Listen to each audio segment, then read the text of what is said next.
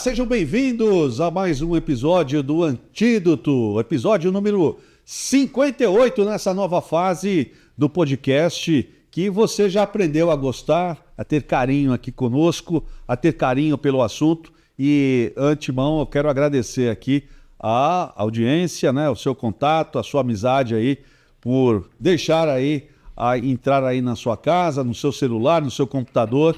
Muito obrigado a todos vocês aqui com esse enorme carinho. Episódio 58 e ele está aqui conosco pela 58ª vez. Olha só, ele está aqui, o nosso mestre Orlando Pavani, que vai estar aqui no 58, no 59, no 60, com certeza. Pavani, tudo bem? Privilégio estar aqui de novo com você, querido. Obrigado. E um dia vai ter que ter alguém aqui. Não, ô Pavani, você é imortal, Pavani. Você é um imortal nosso, né? Ainda mais para falar sobre esse assunto, né? Tem que ser você, cara. Tem que ser você. Assunto bem bacana, né? Bem pujante. Pujante, né? E aí a gente incrementou esse podcast aqui, que já conta com o seu carinho já, né? Trazendo sempre convidados especiais, né? Aliás, foi uma grande sacada aqui nossa, aliás, do Pavani, de trazer aqui sempre convidados especiais para também contarem um pouco a história deles ou delas, né?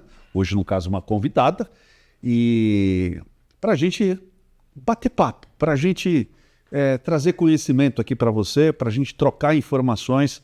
Esse é o nosso grande objetivo. E para o episódio de hoje, episódio 58, temos a honra de ter aqui conosco a CEO da Aleph Gestão e Negócios, a Maristela Lou, que está aqui do meu lado direito, a nossa ponta direita hoje aqui, que vai nos ajudar a fazer o programa de hoje aqui.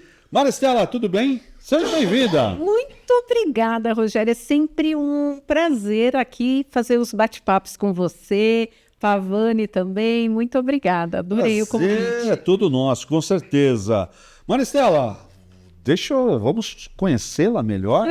Quem é a Maristela? Maristela, quanto tempo à frente aqui da Aleph Gestão? Conta um pouquinho sobre você. Pois é, a gente estava conversando nos bastidores, eu estava falando ali para o Pavani, né? Eu venho de uma carreira de consultoria já de aproximadamente 30 anos, né? Como o tempo passa. A idade do Pavani, 30 anos. Aí também estou entregando a minha, né? Porque... Já lá pra cá, quem conta? E nessa trajetória aí a gente passa por várias, que eu acho até que a gente vai falar um pouquinho, né? Porque quando a gente fala de negócios e comportamentos, né? Tudo muda, né? Hoje a gente está aqui e as coisas mudam muito rapidamente. E nos últimos anos, aí nos últimos 5 anos, à frente da Aleph Gestão e Negócios, com a minha sócia, a Fernanda Taliba, que também tem um know-how aí muito grande na área de gestão de pessoas, né? E estamos aí fazendo o nosso melhor, assim, trazendo um diferencial para as empresas nessa área de gestão. Muito legal, bacana. Aliás, Maristela, convidamos você aqui, eu tenho certeza que nós vamos ter aqui uma audiência fantástica, porque o tema desse podcast hoje aqui, Pavani, eu tenho certeza que tem muita gente do outro lado ali aguardando aqui, né? O tema, né? O tema. E é o tema que a gente brinca aqui entre os empresários, empreendedores, né? De que é o tema de ouro, né? Que é contratação, recrutamento, né? Ou seja, o tema de hoje é recrutamento estratégico. Como atrair os profissionais certos para o sucesso da organização. Esse, Maristela Pavani, é o grande calcanhar de Aquiles hoje. É, né? A fórmula mágica que todo mundo quer. Mágica que todo mundo quer, tá todo mundo aguardando de vocês dois aqui, por favor. Não me decepcionem, por favor. Né? Tá todo mundo aguardando essa fórmula mágica aqui, né? Pavani, primeiro aqui com você, né? Você há muito tempo já aqui fazendo as consultorias, dando treinamento, e como a Maristela disse, né, o tempo passa, mas talvez aqui essa dor continue, né? Muitas organizações, muitas empresas ainda erram nas contratações, né? Eu queria que a gente começasse aqui com você, nessa abordagem aqui, que é super importante, né? Como definir aí um recrutamento estratégico para a empresa, para a minha, para a sua ou para a vossa empresa? É um assunto... Vamos ficar aqui. Nós temos 8 horas aqui de podcast. Fique tranquilo, né? Um assunto bem longo. Eu acho que, primeira coisa, acho que é importante que quem nos assiste, que nós distingamos primeiro o que é recrutamento e o que é seleção. Boa. O recrutamento é o ato de buscar pessoas aderentes a um certo perfil que deve existir nas organizações. Muitas delas não existem. Uhum. O cara fala assim, eu quero um cara para ocupar essa função aqui. E o que se espera da função? O cidadão não sabe dizer. Então, há uma ciência aí para definir um perfil adequado. A gente sempre prestou serviço nesse sentido. Então, tendo esse perfil, o primeiro passo é recrutar, é trazer pessoas que estejam aderentes a esse perfil. Tá. E, nesse primeiro passo, pessoas saem, né, do processo. Em existindo pessoas recrutadas, o trabalho seguinte é selecionar essas pessoas de tal forma que sobre aquele que será o mais adequado à função que se pretende exercitar. Na minha visão, na visão inclusive da gestão, que é o outro programa que a gente tem, para mim esse processo é feito de maneira muito madura, na grande maioria das vezes. Ele é feito de maneira... Se fosse amador ainda estava bom, mas é feito de maneira muito superficial. Mesmo nas grandes empresas. Mesmo nas grandes empresas. Porque falha-se na especificação da função, falha-se no recrutamento nem tanto, mas no processo de seleção, aí a aberração é grande, na minha maneira de ver. Porque eu vejo que tem pessoas sendo contratadas pela preferência física, né? Imagina, existe isso? Preferência física, tanto que eu defendo a contratação, 2 fundamentos que é importantes a gente debater aqui. Primeiro, contratação às cegas, né? Sem ver a pessoa, só testar habilidades técnicas e comportamentais. E segundo, não tem entrevista com o chefinho. A gente já falou isso aqui. Acho que a entrevista com o chefinho é a pior coisa que pode existir hoje num processo de recrutamento e seleção. Porque quando vai para ele, há 2 coisas que ele pode fazer. Ou não aceitar ninguém, o que é um desrespeito a todo o processo, ou escolher alguém por motivos absolutamente antagônicos a tudo aquilo que a gente fez até então. Entendi. Que é assédio, que é qualquer coisa que dá margem para muita coisa. Então eu defendo que é o profissional de RH o elemento responsável por definir o cara. Olha, é esse aqui que nós contratamos. O que você pode é demitir. Agora, contratar, você não pode. Sabe o que eu lembrei agora, né? Certo. Aquele lance de você mande o seu currículo com uma foto. Uhum. Ainda existe isso ainda, Maristela? Mande o seu currículo com uma foto. Olha, Nua. a gente ainda recebe muitos currículos com fotos. Quando eu posso orientar, eu oriento, né? A tirar foto, idade. São coisas que são desnecessárias exatamente por isso, né? Porque você acaba tendo um filtro ali que é muito injusto. Mas o próprio LinkedIn exige a foto. E tem toda uma teoria para ficar bem na foto no LinkedIn. Né? Então, quer dizer, o mercado está totalmente formatado para que a foto exista, né? Talvez o LinkedIn esteja precisando da sua consultoria. Pois é. Atenção, LinkedIn. Por favor, LinkedIn. Não foto. Mas você está falando de idade também? Porque a idade acaba entrando sempre, ou quase sempre, talvez um perfil elaborado pelas empresas, ou não. Aí é que está, Aí né? é que tá. O perfil elaborado pelas empresas, como o próprio Pavani aí comentou, é uma coisa que... eu vou dar um exemplo. Outro dia, uma empresa me procurou, era na área de vendas, e aí a pessoa falou, qualquer pessoa serve. Eu não conseguia acreditar que eu estava escutando aquilo, né? Qualquer pessoa serve. Então, ela não está nem um pouco preocupada com o negócio dela, porque qualquer pessoa não serve. Não estou falando aqui do aspecto de aparência, nada disso, mas quais são as competências que você quer para o seu negócio? Quais são as habilidades que você quer que essa pessoa tenha, né? Você quer que ela seja comunicativa, que ela fale um português correto? Você não sei. Depende de cada... Especifique o que você deseja. Especifique o que você deseja. Animal. Porque qualquer pessoa não serve, né? E uma outra questão que eu queria te falar, até nessa linha, é que essa questão que você falou, a entrevista com o chefinho, né? Do chefinho. Um dos grandes problemas dessa questão da entrevista é como é importante esse bate-papo para a gente trazer consciência para as pessoas, né? A gente, ser humano, a gente tem a tendência de gostar das pessoas que são iguais a gente, que pensam como nós. E muitas vezes, quando a gente está falando de uma empresa, de um negócio, a gente precisa de pessoas que complementem, né? Porque ali você vai ter um ambiente muito mais rico de troca, de aprendizado e também de afinidades que vão serem desenvolvidas ali exatamente com as diferenças. E quando a gente não tem essa percepção, é todo mundo igual, né? Então eu vou trazer quem eu gosto mais, porque eu tenho mais afinidade com quem pensa como eu, né?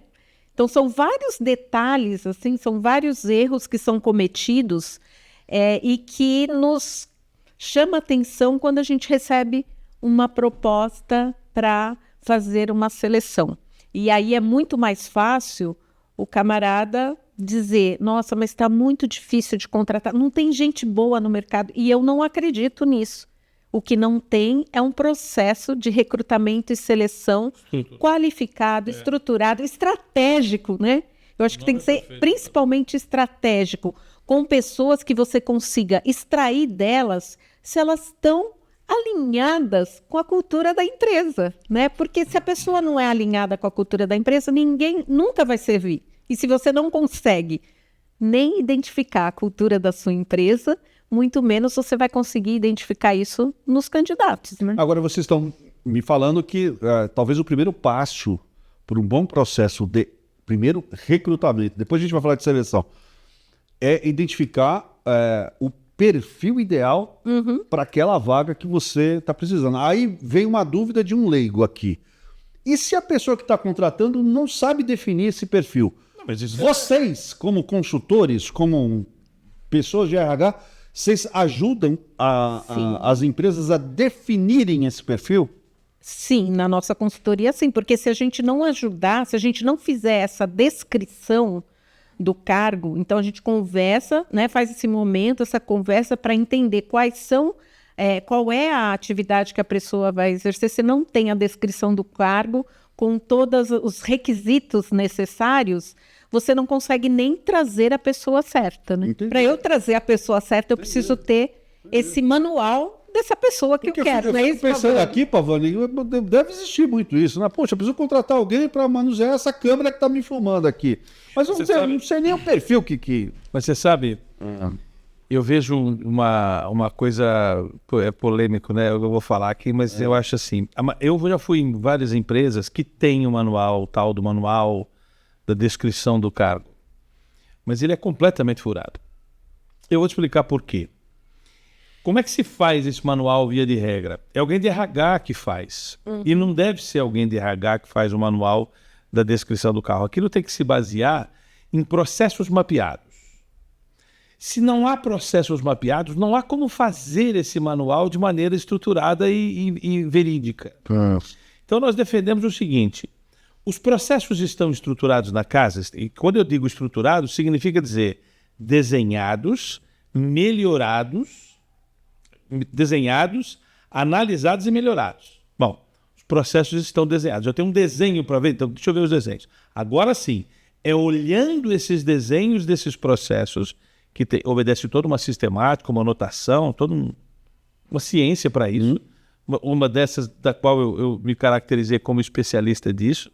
Aí sim nós temos condição de ver o nível de complexidade das funções. Porque hoje o que se faz é o seguinte: eu entrevisto o chefe para definir o perfil do cargo. Quando ele não sabe fazer o trampo, ele não sabe fazer. E ele especifica ou para mais ou para menos, ou de maneira subjetiva. Ele fala assim, ó, o cara tem capacidade de ter senso crítico. Bonito. O que é senso crítico? O senhor tem senso crítico, por acaso? Como é que eu avalio o senso crítico? Aí vira subjetividade total. Entendi. Vira subjetividade total. Então, para mim, essa é a grande bola parada. Uma definição de perfil, eu nem chamo mais de cargo, eu chamo de papel, né? Perfil do papel, que deve ser feito com base num trabalho muito anterior, que a maioria das organizações não tem. Entendi. Pois não. E só complementando, e assim, a gente até entende isso, porque é muito difícil a empresa ter uma pessoa dentro para realizar essa atividade. E ela não precisa disso, porque é muito mais vantajoso ela trazer a consultoria de fora, porque é um outro olhar de quem está vivendo ali no isento, exatamente, para desenvolver esse tipo de... para mapear processo, para desenvolver todas essas ferramentas necessárias para a gestão. Então, você traz um olhar de fora, porque quem está dentro... Eu estou com um cliente nesse momento agora, ele quer mapear os seus processos para entender como é que a casa funciona, porque ele não sabe. As pessoas são trocadas e as performances caem. E aí só que ele está com um problema, ele está com uma dúvida. Fala assim, eu devo contratar uma profissional de RH para ser gerente de RH antes de fazer esse trabalho, ou faço esse trabalho antes da contratação de gerente de RH? Eu falei assim, claro que é antes. Eu tenho que primeiro fazer o mapeamento dos processos para que a gente entenda como as pessoas devem trabalhar. Depois esse gerente vai comer na mão desse troço, entendeu? Entendi. Mas o raciocínio é completamente invertido. Entendi. É cultural, né? Falta de cultural. Quando eu falo cultural, é o erro, né? Mas assim, a gente vive um mundo dinâmico, né? Como você falou, Maristela. E aí eu queria entender da sua parte, do Pavani também, quais são... O que mudou nos últimos anos em termos de expectativas da empresa para o contratante, para o colaborador? Quais são os requisitos talvez mais hoje desejados pelas empresas? Eu acho que mudou muita coisa nos últimos anos, principalmente pós-pandemia, né? A mudança foi muito radical, então a gente sentiu muito mais.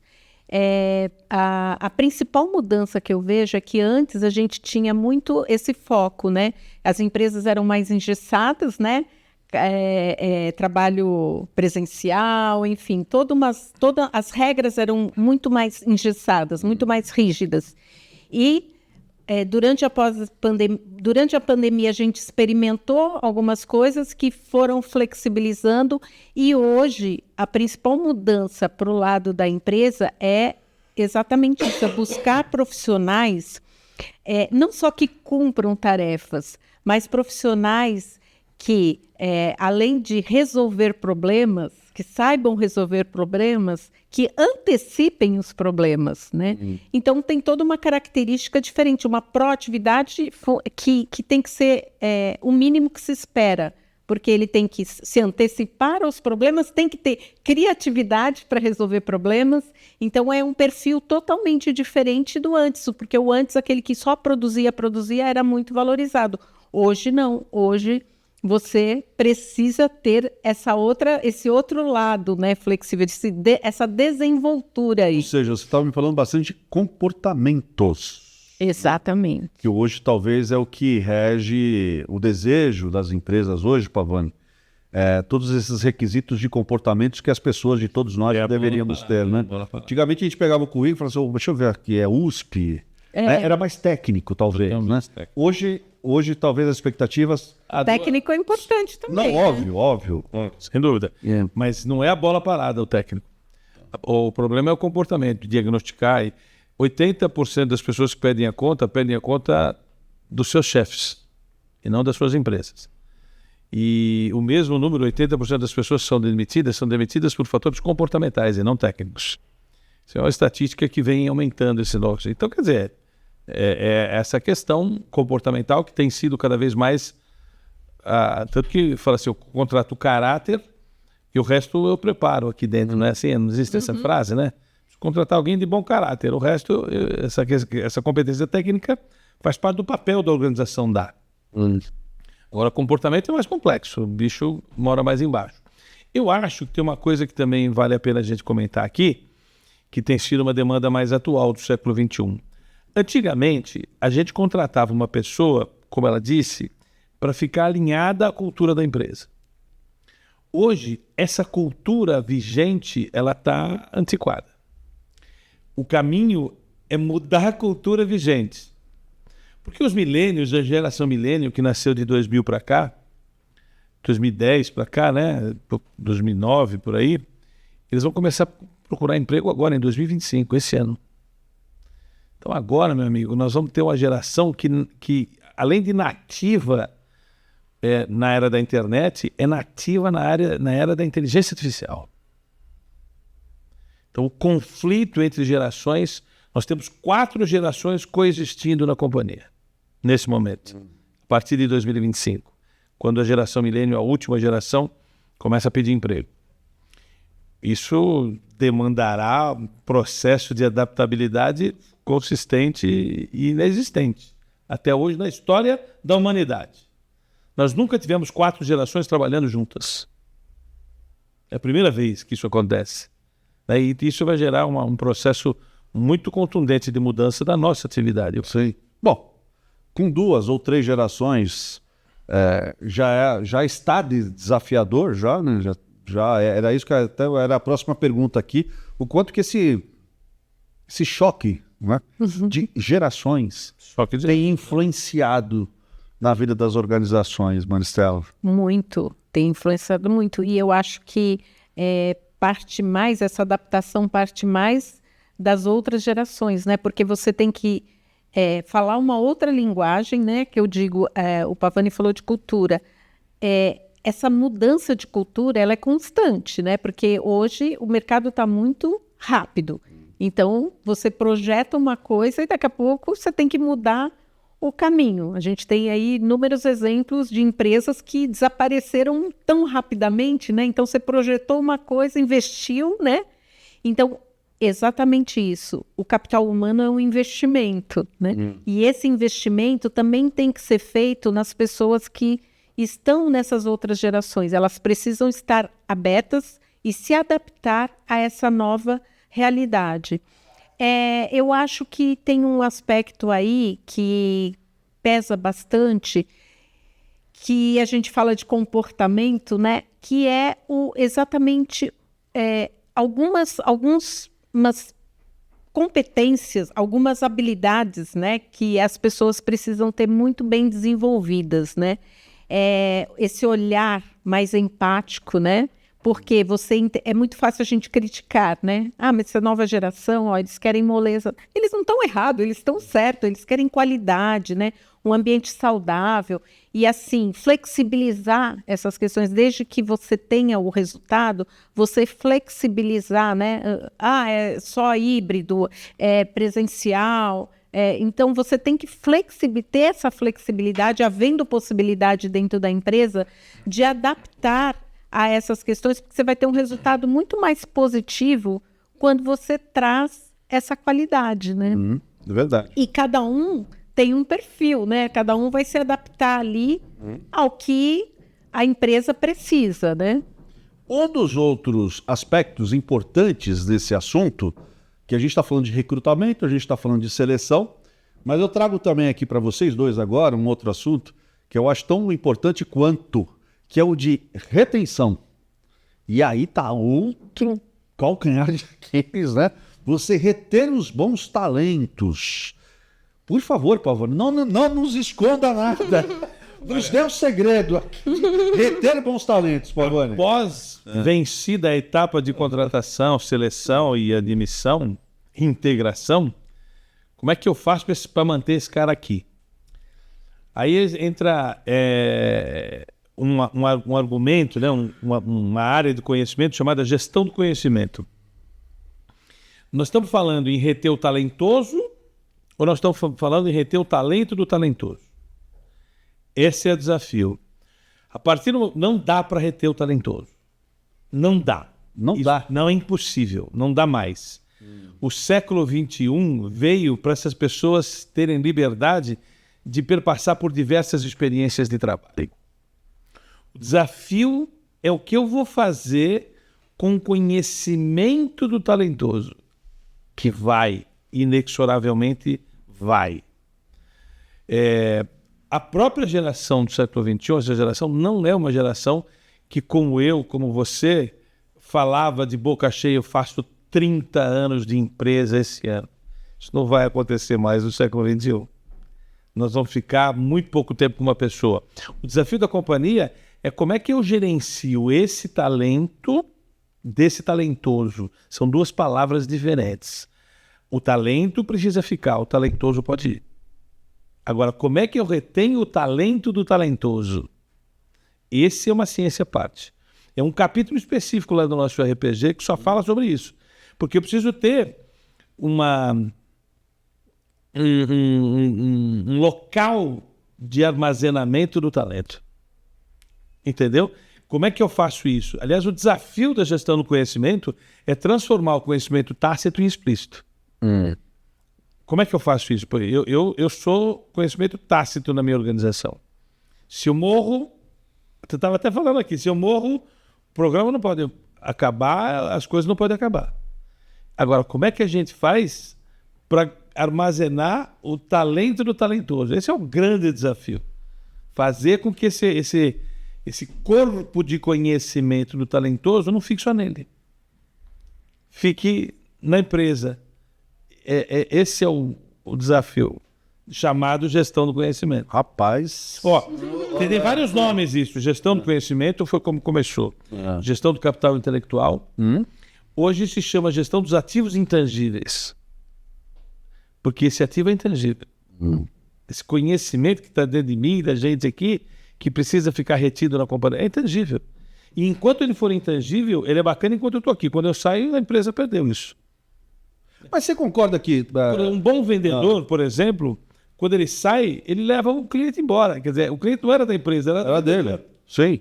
Isso não pode acontecer na empresa. A empresa tem que administrar a retenção do talento do talentoso. Porque o talentoso vai viajar. Agora, não tem a dúvida que todo esse alto turnover é prejudicial para as empresas. Porque a gente não reteve. Porque a gente não consegue reter, né?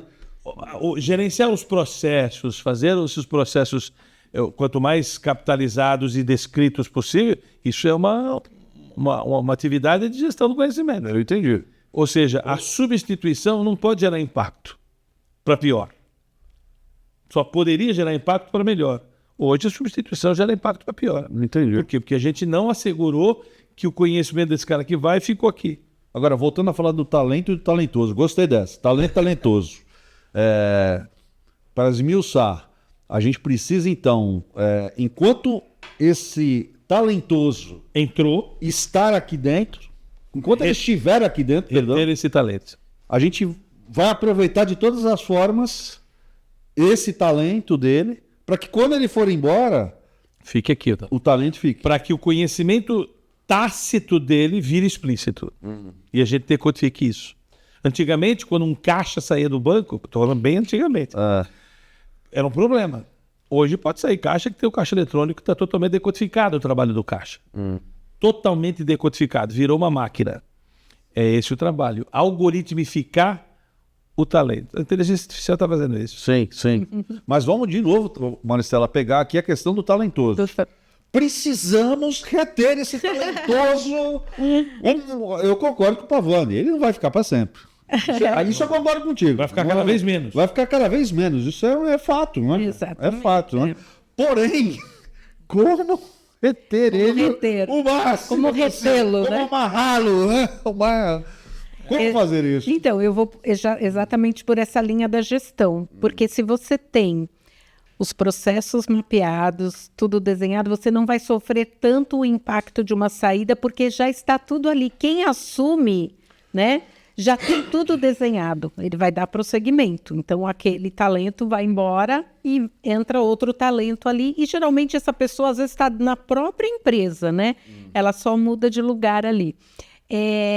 Eu acho que, para retê-lo, você precisa ter as ferramentas de recursos humanos, que a gente chama, né, de RH, para que ele visualize onde ele pode chegar dentro daquela organização. Então, uma das ferramentas é o plano de cargos e salários. Porque se ele não tem norte, ele entra ali, é só uma passagem, muitas vezes para suprir uma necessidade ali financeira, enquanto ele está fazendo uma faculdade, um curso, alguma coisa, e é só uma passagem. Mas ele tem que vislumbrar aonde ele pode chegar dentro daquela instituição. E para isso o plano de cargos ele traz essa visão. Uma outra questão que eu acho que volta lá no início no recrutamento e seleção, quando você faz uma boa seleção, você tem que abordar, você tem que entender qual é o caminho que essa pessoa está buscando. E isso acontece muito. Às vezes eu faço o processo e vai para a empresa, ou a empresa me manda currículo, olha, essa pessoa, mas a pessoa está fazendo um curso de logística e a empresa é de uma área da saúde, por exemplo. Não tem nada a ver uma coisa com a outra. E aí, só de você conversar com a pessoa, qual é a sua perspectiva? O que você está sonhando lá para o seu futuro? Aquelas perguntas básicas que a pessoa vai te responder. Eu quero trabalhar numa empresa do Porto. Ou seja, na primeira oportunidade que ela tiver, ela não vai ficar, embora. Ela vai embora. Então, lá atrás na seleção, e muitas empresas, elas acham que quantidade é suficiente. Então, elas querem um monte de candidato. Nós somos totalmente contra apresentar um monte de candidatos. Por quê? Porque você tem que apresentar uma quantidade, lógico que ele tem uma escolha, mas que seja mais direcionada, mais assertiva. A pessoa está fazendo o curso na área, tem perspectiva daquela pessoa ficar e permanecer mais na empresa e agregar o conhecimento através do que ela está estudando, através das experiências que ela tem, né, da linha que ela está seguindo ali. Então, é um olhar muito estratégico e específico, né? Então, você pode dizer, é difícil reter talentos, você pode ter gênios na empresa que não vai ficar porque ele está com outras perspectivas. E uma outra ferramenta também que ajuda muito, que a gente usa, é a pesquisa, né? Então, nós, quando fazemos a consultoria, a gente faz uma pesquisa e levanta as expectativas de todos os colaboradores, os funcionários, a nomenclatura que a empresa usa. E ali a gente consegue descobrir quais são os caminhos, porque às vezes ele quer dar uma promoção sem critério, né, para aquela pessoa, e a pessoa não quer ficar na empresa. O objetivo dela é outro. Quer dizer, você vai jogar fora uma oportunidade que você poderia estar valorizando alguém que está dentro da empresa e que quer crescer naquela empresa. Então, é um olhar muito estratégico, muito específico que tem que ter. Né? Sim. Você me lembrou aqui de um amigo, né? Que tinha um estagiário dentro da empresa. E quando o estagiário se formou na faculdade, ele pensou assim, puxa, eu vou ter que, obviamente, ampliar a atuação dele aqui dentro da empresa, né? E vou ter que contratá-lo agora, né? Seja por CLT, seja por PJ agora, como falam, né? Mas o fato é que quando ele foi fazer essa proposta pro rapaz... ele ficou assustado com a conduta do rapaz, porque o rapaz não quis. O rapaz falou assim, não, pera, eu não quero que o senhor faça nada. Eu quero que o senhor me deixe do jeito que eu estou agora. Mas ele falou assim, poxa, mas tudo bem que eu te fiz uma proposta para você trabalhar um pouco mais em termos de horas, mas você vai ganhar 3 vezes mais, pô. Ele falou, não deixa do jeito que tá. Do jeito que tá, não, é verídico, é um caso verídico, gente. E aí depois ele conversando comigo, ele falou assim, cara, eu não entendi nada. Eu falei, cara, eu entendi. O rapaz não quer... Daquele jeito pra ele tá ótimo, cara. Isso aqui... Ambição zero, né? Mas você sabe que nessa linha, o plano de cargos e salários, de fato, é uma prática tradicional já.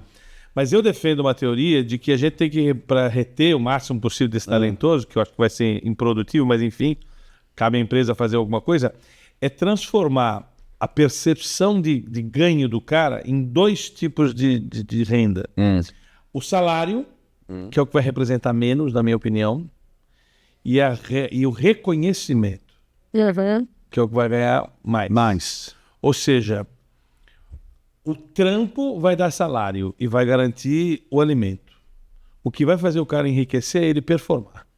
E a performance tem bônus, tem super bônus, tem reconhecimento. A percepção do indivíduo vai ser salário, quer dizer, remuneração mais reconhecimento. Mas quando você fala de reconhecimento, dinheiro. Dinheiro. Embora em alguns lugares na área pública não pode. Então, no exército, como é que faz? Verdade. Insígnia. O cara quer mais a insígnia do que você pode imaginar. A insígnia até vale uma graninha. Mas a insígnia, você vê, os generais vão todos... É verdade. Aquilo define o que ele quer na vida. Esse é o dele. Ele valoriza aquilo. Se a insígnia significar alguma coisa, isso vai funcionar. Mas esse é o reconhecimento. O reconhecimento nem sempre é grana. Às vezes o reconhecimento é outra coisa, que não é grana. Para a geração mais recente, a grana não é tanto o reconhecimento que eles desejam. Eles querem propósito, eles querem liberdade, eles querem... Não é home office, é anywhere office. Eu vou trabalhar de onde eu estiver. Por que eu tenho que trabalhar? Eu vou trabalhar nas Maldivas. Essa semana eu vou para Maldivas, eu vou trabalhar nas Maldivas. Por que não? Em determinadas circunstâncias é absolutamente possível. Isso é reconhecimento. Isso é reconhecimento. Você dá um direito do cara trabalhar de um jeito que ele não estava... Isso permite ele fazer outras coisas. E outra coisa, o cara não vai precisar ser exclusivo mais. Então não vai precisar mais ser exclusivo. Eu, por exemplo, vejo muitas pessoas que em determinado dia da semana ele foi improdutivo para a companhia. Aquele dia ele podia estar trabalhando em outro lugar e estar ganhando mais dinheiro. Sei. Né? São modalidades de trabalho que vão aparecer. Mas, de novo, eu falo aqui, talvez, aqui do choque de gerações, né? Porque eu vejo muitos ainda dentro de um escopo um pouco mais conservador, mais tradicional, principalmente os mais velhos, né? E que não abrem mão daquele jeito conservador, talvez, de gestão, né? E isso acaba travando, né? Isso acaba gestando. Convivendo no mesmo espaço esses dois perfis, né? É difícil, né? Acho que as empresas brasileiras, elas têm esse perfil, né? Esse perfil tradicional, né? Em 2019, eu fui a uma missão no Vale do Silício. E era um grupo de mulheres, e a gente foi, era uma primeira missão de mulheres, porque geralmente são homens, né? Nunca tem mulheres nesses grupos, e aí estivemos lá e nós fizemos um dia inteiro no Facebook.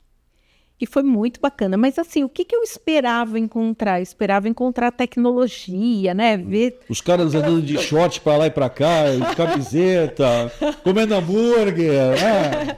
E aí, O que você viu lá de diferente? Agora eu fiquei curioso. O que você viu Não, lá? então, vi muita coisa, dá para fazer um programa só para falar do que eu vi. Mas tinha uma brasileira que era recém-contratada no Facebook, e aí ela viu pela intranet lá deles que é um grupo de mulheres e tal, e ela pediu para o chefe dela para participar daquela visita, né? Falei, do Brasil, quero participar, né? E aí ela disse que o chefe, nossa, deu uma bronca nela. Mas como assim você está me pedindo isso? Ela já estava há algum tempo nos Estados Unidos e acho que trabalhou numa outra empresa, e essa era a segunda empresa, o Facebook era a segunda empresa. E ela disse, não, porque eu gostaria de passar esse dia, essa tarde, algum período, né, com um grupo de brasileiras. E aí ele falou assim, não, você não precisa me pedir, né? Por quê? Porque ela diz assim, ela me disse, né? Você tem um projeto para entregar. Teu prazo é esse. Que horas você vai fazer? É problema seu. Problema seu. É problema seu, né? Então, vá lá e aproveite, né? Lógico. E ela estava assim, muito, muito muito admirada, né? Com aquela cultura. E uma coisa bacana que dá para complementar aqui dessa visita é que todo mundo fala a língua da empresa. Então, você vai lá e olha a missão, a visão, os valores da empresa e você vê na prática. Porque acho que é uma cultura também de praticar aquilo, né? Então, você vê desde o cara que vai te sinalizar lá onde você vai estacionar, né? Tudo que você direcionado lá, as visitas, as reuniões, todo mundo fala a mesma língua. Então é muito engraçado, é muito diferente. Legal. Isso, né? Nós participamos de uma reunião do LEAD, onde veio uma profissional e ela começou a palestra dela de um jeito que eu fiquei bem impressionado com o que ela falou. Ela começou assim, senhores, eu trabalho numa empresa que tem 80 colaboradores, 20 dos quais são seres humanos. 60 dos quais são agentes artificiais. Ela não falou que tem 20 colaboradores. Ela falou que tem 80. Entendi. E 20 dos quais são seres humanos e 60 dos quais são agentes artificiais. E os agentes artificiais são trabalhadores da companhia. Caramba. Eu achei aquilo absolutamente assoberbante. Ô, Quer Rogério, dizer, não são contratados. não são... Pularam a etapa do recrutamento da seleção. Simplesmente construíram um agente propício para aquela função. Sim, funciona. Incrível, cara. Incrível. 60 caras assim, 60 agentes artificiais. E ela fala, somos 80 colaboradores. Achei maravilhoso o jeito dela explicar. 80 colaboradores, 20 seres humanos e 60 As Sensacional. E olha que interessante, o trabalho dela é fazer inteligência artificial para hotel. Para recepção de hotel, para atender hóspedes, né? E chegou o ápice da satisfação dessa empresa que ela representava é que em um determinado momento um hóspede chegou à recepção daquele hotel e queria falar com a atendente, porque ela trouxe um bombom para essa atendente, que é uma atendente que foi magistral para ela. E era um Da chatbot. recepção, como é que eu faço agora? E agora, né? Com o robô. Não falaram. Não falaram porque não teria maturidade para entender que ele trouxe. Quem atendeu foi um ser que não é humano. Rapaz. Ele falou assim: uma graça, menina, que me atendeu. Não é, menina. Isso é muito louco, hein, Pavani? É louco? Quer dizer, pulou a etapa de recrutamento e seleção totalmente. Eles construíram um cara que só faz aquilo. É louco. 24 por 24. Um outro detalhe dessa missão foi também que me surpreendeu. Sabe essas baias, né? De estação de trabalho, normalmente, né? Tudo aberto lá, aqueles salões imensos, tudo aberto. E, de repente, eu passei assim por uma e olhei, tinha um cara deitado dormindo na baia, dentro da baia. Era um sofazinho, você tem totem com aquelas coisas de americano, né? Batata frita, aquelas você pode só ir lá e pedir e comer ali no meio. E aí ele lá dormindo e tal, e depois a gente entrou para a sala de reunião, daí questionamos, né, o que era aquilo, né? Não, porque assim, as pessoas às vezes não dormem passam uma noite, tem um filho pequeno que não te deixou dormir a noite inteira, você fica improdutivo no dia seguinte, às vezes você tira uma soneca ali de meia hora e pronto, você tá refeito, né? Então você vê que é uma forma, né? Aqui, se a pessoa vai tirar um cochilo, né? Já questiona. vai ser muito... Maristela, acima de tudo. Os caras confiam na capacidade do outro julgar que agora você está... E são quebras, não são quebras de... E aí... Eu lembro quando eu comecei a trabalhar, eu gosto muito de ler. E eu gostava de ler. O primeiro trampo que eu fiz, eu peguei um jornal que eu tinha lá e comecei a ler. Mas eu levei um esporro, meu amigo, que eu perdi o rumo da prosa. Eu fiquei decepcionado demais em não poder ler. Até hoje, quando eu me pego lendo durante o dia, eu às vezes tenho que me... Traumatizou. Não, isso é normal. Tem que ser normal, porque eu não podia ler. Eu particularmente tenho até um case interessante, profissional, né? Eu que trabalho com comunicação, né?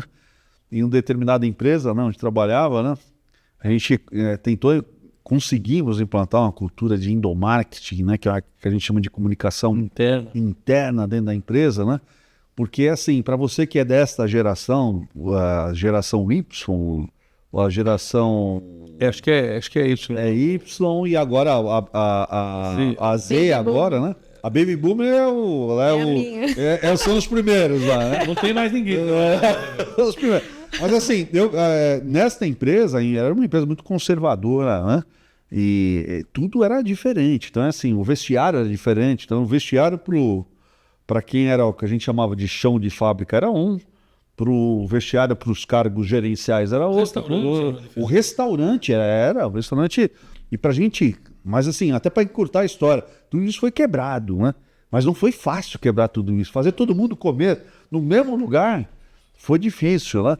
Mas assim, cara... Eu fui numa empresa agora... Que ainda é assim? E sabe o que eles justificam? O pessoal que trabalha lá é sujo. Então, vocês são sujos. Então, se eles são sujos, pode comer. A gente tá limpinho. Rapaz. Olha que argumento. Rapaz. E como uma empresa dessa existe ainda? Tá viva ainda, E é né? grande a empresa. E é grande? E é muito grande. Rapaz. É muito grande. Mas assim, só para complementar, a grande cereja do bolo desse trabalho foi que a gente desenvolveu um trabalho lá que a gente chamava de fábrica aberta, onde a gente abria a empresa para que as pessoas pudessem visitar a empresa. Qualquer pessoa. Familiares. Não, qualquer pessoa. Qualquer pessoa. Pessoa podia agendar e conhecer a empresa, né? E lógico que tinham os objetivos internos, etc, etc. Só que quando nós recebíamos essas visitas, né? No início, quem recepcionavam os visitantes eram os profissionais de cargos gerenciais, né? Então, eles recepcionavam as pessoas, os visitantes, e aí tinha todo um processo lá de mostrar a empresa e tal, etc, etc. Até que um dia a gente chegou e falou assim, ó, vamos fazer o seguinte, vamos mudar essa história. Quem vai receber vai ser todo mundo. Lógico, dentro de uma escala que a gente vai criar e tal, mas vai ser lá o senhorzinho, Não precisa ser o chefe. não precisa ser o chefe. Aliás, necessariamente não vai ser mais o chefe. Aquele que abre a porta mesmo Vai para ser o você. chão de fábrica que vai receber. Gente, olha, estou falando isso, foi experiência própria. Foi um resultado absolutamente fantástico, de encher os olhos, do ponto de vista da empresa, onde esses profissionais foram reconhecidos, né? Se sentiram reconhecidos. Isso é reconhecimento. Né? Se sentiram reconhecidos, eles tinham o maior prazer do mundo, cara, de mostrar, olha, aqui é essa área X, aqui ali a gente faz isso, ali a gente faz aquilo, aqui a gente toma cuidado com isso, aquilo a gente está... E assim, e os próprios... Um outro olhar, né? E os próprios visitantes, né, tinham esse acolhimento vindo desse pessoal, assim, de uma forma... Então é assim, gente, uma experiência que eu conto para vocês aqui, que é maravilhosa, mas que infelizmente, ouvindo aqui no Pavão, tem de tudo ainda no mercado, né? Tem empresa do século passado hoje funcionando. Tem empresa. Uma das experiências mais legais de visitas que tem é visitar a Natura. Para você que se puder visitar a Natura fez uma rota de visitantes por cima da fábrica. Então, quando você vai visitar a Natura, ela está totalmente preparada. Há uma estrutura lá também de qualquer pessoa acompanhar a visita, mas você visita de cima. Tudo de cima. Quer dizer, a empresa foi construída para ser visitada. Caramba. Você imagina, você vê tudo de cima, tudo. Você não anda lá dentro. É tudo por cima, tudo por cima. Outra perspectiva, né? Gente, tá, e aí, estão gostando ou não? Aliás, eu vou fazer até uma sugestão aqui, um pedido para vocês. Se você tem aí alguma sugestão de tema, de assunto para a gente abordar aqui, deixa no chat aqui para a gente vai ter um maior carinho aqui, né, Paulo? Da gente receber a sua sugestão aqui, da gente estudar e aqui, a gente colocar aqui, abordar aqui esses assuntos. Convidados sobre esse assunto. Sobre aquilo que está te incomodando, aquilo que você quer ter mais conhecimento, enfim, né? Aproveite e deixa no chat aqui embaixo aqui, desse programa aqui, a gente vai ter o maior carinho aqui em absorver aí o seu pedido. Já caminhando para o final, sabe por que a gente está caminhando para o final? Porque tá bom. E como tá bom, eu preciso deixar o gostinho de quero mais. Eu preciso deixar aquele gostinho de quero mais aqui para quem está... a gente tem que dar aquela sensação. Já tá acabando e tal. Para te deixar com o gostinho de quero mais. Mas, Maristela, a gente se propôs aqui a falar, né, sobre esse assunto de recrutamento, de seleção, né? Como fazer a melhor abordagem e tal. Caminhando por final, quais são aquelas dicas valiosas aqui que você poderia deixar aqui para as pessoas que, em cima de tudo isso que a gente falou, né, que a gente comentou aqui, aquelas falhas ali que são, às vezes, para você que está assistindo a gente, imperceptíveis, mas quais são aquelas dicas valiosas aqui para as pessoas reterem aqui e colocarem em prática na empresa? Eu acho que se as pessoas assistirem o episódio todo, elas vão captar várias dicas. Vão anotar Mas uma dica que eu acho super importante, não é puxando sardinha para o meu lado, não, Rogério. Você trabalha com marketing, tem a agência. Sim. Se eu for fazer um projeto lá para você, vai ser um caos, porque não é a minha praia, né? Então, o que eu aconselho? A empresa que está com dificuldade, então assim, a gente tem que chamar os especialistas. Então, quem tem competência para fazer aquilo, né? Tem muita gente no mercado. A minha empresa é uma, a do Pavani é outra, mas o mercado está cheio de profissionais específicos que vão ter esse know-how, que vão ter experiência, que vão trazer, fazer esse trabalho de forma que você vai ficar satisfeito, porque é o olhar do profissional, né? É o olhar específico. É lógico, a gente está falando de ser humano, e ser humano é uma coisa que não tem 100% de garantia em lugar nenhum, né? Mas é muito mais assertivo, você vai ter muito mais assertividade, muito menos desgaste e vai ter esse olhar para o que interessa na sua empresa, né? Legal, então, bacana. a dica é essa, procure um profissional que possa lhe ajudar. Bacana. Orlando Pavani, dicas valiosas aí Para este tema, para esse tema. corroboro com a opinião da Maristela, acho que é isso mesmo, os especialistas estão aí para, de maneira profissional, fazer o que tem de melhor para a organização e não fazer esse tipo de coisa, contrata qualquer um ou qualquer tipo de coisa na linha irresponsável, não vou dizer nem amadora. Se você acha que é caro contratar alguém especializado para fazer alguma coisa nessa linha, então fica aí contratando, demitindo e meça isso. O gasto Isso é muito mais caro do que você Sem dúvida. contratar alguém mais adequado de maneira mais profissional. Eu sempre indico a consultoria. Acho que a consultoria tem um papel, Maristela e Rogério, absolutamente imprescindível no século XXI. Acho que as organizações não viverão sem consultoria. E as consultorias precisam se adaptar muito também, né? Eu fui presidente de um instituto de consultoria no Brasil chamado IBCO. Instituto Brasileiro dos Consultores de Organização, é um instituto que é a perna brasileira para um outro instituto mundial chamado ICMCI, que é o organismo de consultoria mundial. E o consultor é o bicho mais desagregado possível, ele não é unido. Ele é o bicho mais desunido que eu conheço. Muito difícil lidar com esse cara também. Então a consultoria precisa passar por um processo de amadurecimento muito consistente também. Mas a consultoria será uma pedra angular das organizações do século XXI. Já estão sendo, hein, gente? Rogério, Marcelo, pois não. Eu tenho um amigo e ele estava contando outro dia que durante a pandemia ele comprou uns cursos lá na internet e começou a fazer, a estudar para fazer marketing, o marketing dele, né? Ele falou, perdi dias e dias, meses e meses, não deu resultado nenhum. Antes eu tivesse contratado uma agência, Mas, né? E é exatamente isso, em qualquer segmento. A gente está falando aqui da consultoria na área que a gente atua, né? Mas é qualquer segmento, né? Aliás, boa, Maristela. Aliás, só fazendo um adendo, se você me permite, Orlando Pavani. Claro que permito. Cuidado, gente. Cuidado com esses homens bonitos, charmosos, né, Boba? Que falam bem, que olham para a câmera, apontam o dedo, né? E falam, eu tenho um segredo aqui, cuidado. Cuidado, porque, brincadeiras à parte aqui, você tem que distinguir aí o tal do joio do trigo, né? Exatamente. Isso que tem de vagabundo. Tranqueira, né?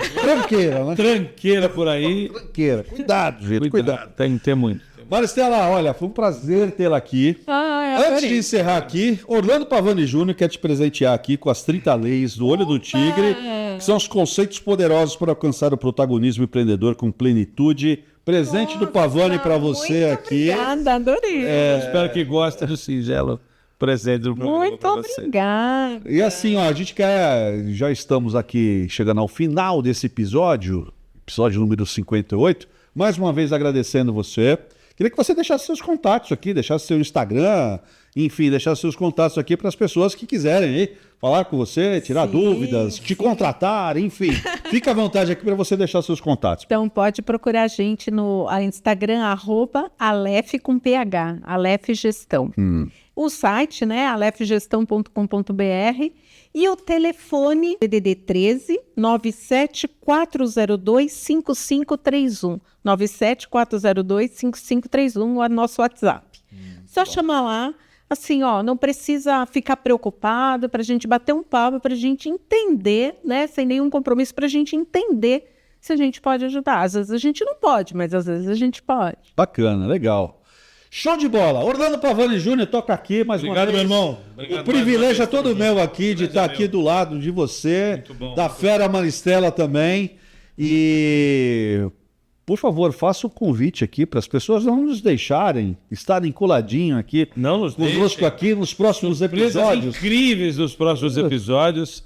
Você vai gostar do que a gente está planejando para você nos próximos episódios, né? E não perde não, toda semana nós estaremos aqui às terças-feiras, às 7h30 da noite com você. Até mais. Obrigado. Olha, a gente vai deixar aqui todas as redes sociais de Orlando Pavani aqui para vocês conferirem aqui, entrarem em contato, saber um pouquinho mais das novidades de Orlando Pavani Júnior. E eu faço o convite aqui para que você esteja conosco próxima semana. Episódio sempre inédito deste incrível antídoto que veio para ficar, gente. E nos próximos episódios a gente vai explicar o porquê. Muito obrigado para todos, a todos e até a próxima. Valeu. Bye, bye.